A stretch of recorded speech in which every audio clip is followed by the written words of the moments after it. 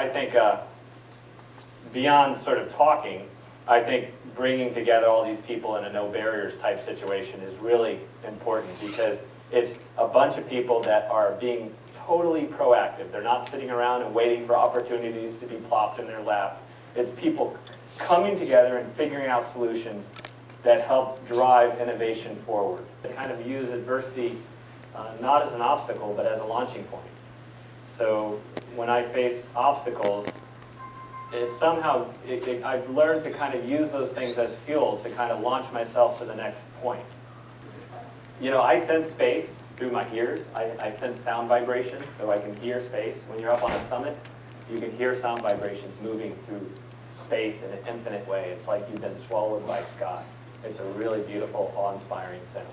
You know, a couple years ago I went over to Tibet and I took these blind Tibetan teenagers climbing. We climbed to 21,500 feet on the north face of Mount Everest, and these are blind kids who are shunned, who are pariahs in their society. You know, people see blind people as having evil spirits inside them in some cultures, and so, you know, I think in that way sports, you know, can be used to showcase people's abilities and, you know, get people to think big about what they can do in their lives, and then they, you know, their whole lives are affected in that way, because from then on out, they realize that they can think big and they can, you know, work together as a team and achieve amazing things. And sometimes that's how, you know, societies are changed.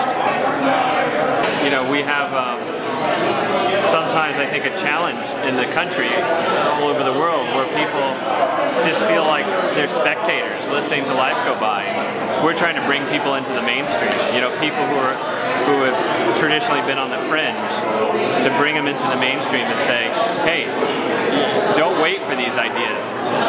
You engineer your own solutions, and we'll figure it out together. It's not just for people with disabilities, with traditional disabilities. It's really for anyone who feels they're too slow, too old, too heavy. You know, I really think there's a universal message to no barriers. I think most of us feel like we have things that are tough in our lives that have held us back. And so I think the No Barriers Festival will be inspiring for everyone, every human being. This is a no mistake moment, and for the next 10 minutes. You just gain more confidence? Is that what you do to yourself? It's like you just get It's not confidence, because confidence is, without experience and preparation, is empty. It doesn't mean a thing.